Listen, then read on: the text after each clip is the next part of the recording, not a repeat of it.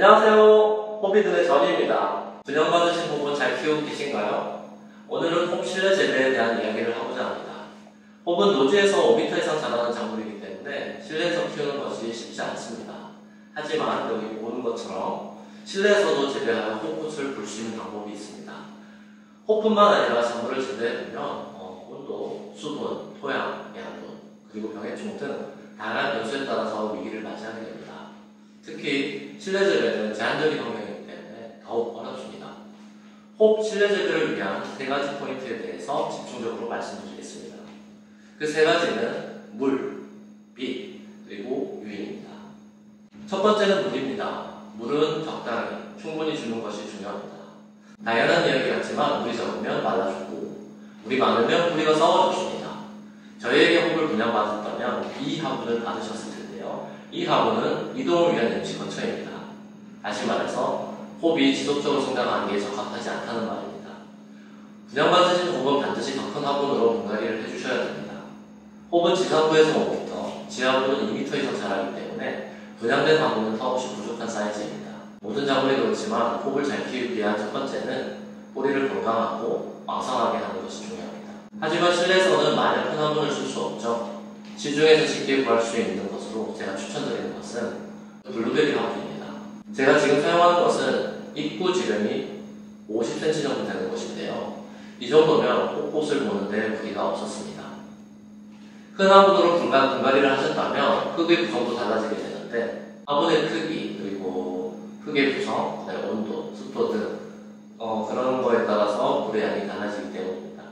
대부분 도시에서 분갈이를 하신다면 원예상토나 마사토를 사용하실 텐데요. 이런 토양 구성은 아무래도 배수가 잘 되기 때문에 자주 물을 주어야 합니다. 저의 경우를 말씀드리면 원예상토 60%, 마사토 30%, 황토 10% 정도로 구성되어 있습니다. 평균적으로 한 3일에서 4일 정도 한번 물을 주게 되더라고요.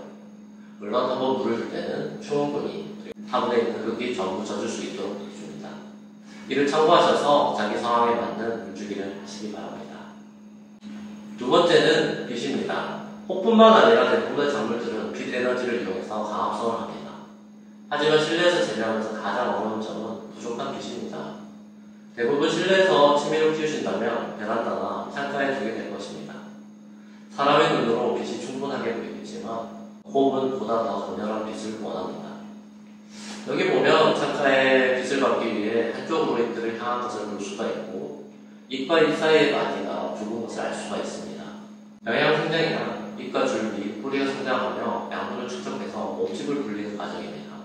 홈꽃을 보기 위해선 최상의 컨디션을 유지가 된 상태에서 종족 번식을 위해 꽃을 피우는 생식생장으로 전환되어야 합니다. 물론 빛뿐만 아니라 밀장, 온도, 양분 등 다른 요소들도 기인합니다.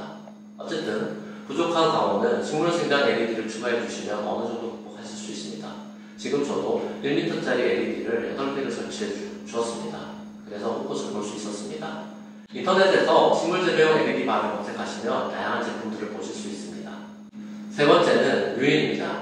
홈은 기광성이 있는 덩굴 식물입니다. 이는 유인이 필요하다는 의미입니다. 저희처럼 상업적으로 재배하신다면 노지에서 5m 이상 지주대를 설치하여 유인해 주시면 되지만 도시 아파트나 주택에서는 쉽지 않습니다. 가장 쉬운 방법은 일반 꽃집에서 파는 지지대 1m짜리를 화분에 꽂아 이렇게 홈만 자주 내려주시거나 천장에 고리를 달아서 유인줄을 통과시켜서 성장에 따라서 조금씩 내려주는 방법이 대안일 것입니다. 아니면 가장 좋은 것은 저처럼 홈 전용 플랜터를 만들어서 나선형으로 키우는 것이 좋습니다. 이 방법은 홈이 실내에서도 5m 이상 자랄 수 있게 해주기 때문입니다. 이쯤 되면 홈을 꼭 유인해줘야 될까라는 의문이 드실 겁니다. 그것에 대한 대답은 네입니다. 홈은 유인을 하지 않으면 치명적인 성장 저해를 겪습니다. 반대의 덩굴처럼 기어오르며 자라는 작물이 아니라 키가만 올라가는 특징이 있습니다.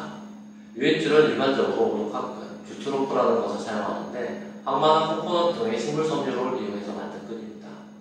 인터넷에서 쉽게 구매가 가능합니다. 관상용이라면 고추끈이나 녹끈 등으로 하셔도 무방합니다. 녹화건을 사용하는 것은 홈 줄기의 돌기가 끈을 휘감기 좋기 때문에 추천하는 것입니다. 홈은 충분한 성장이 이루면 가장 상부부터 꽃이 핍니다. 저희는 메인 줄기 마지막 꽃을 끝꽃이라고 부릅니다. 이 꽃이 피면 영양생장에서 생식생장으로 전환되는 시점으로 보시면 됩니다. 이 시점부터는 상부부터 꽃이 피면서 아래쪽으로 피어나갑니다. 자, 오늘 호흡 실내제거에 대한 3가지 물, 빛, 유인에 대한 정보를 드렸습니다. 양분이나 권해충에 대한 내용은 다음에 자세히 다뤄보도록 할게요. 오늘은 이 정도로 마칠까 합니다. 반려식물로 호흡 한번 잘 키워보시기 바랍니다. 이상 호비들의 남편이었습니다. 고맙습니다. 호흡에 대한 모든 것, 호비든.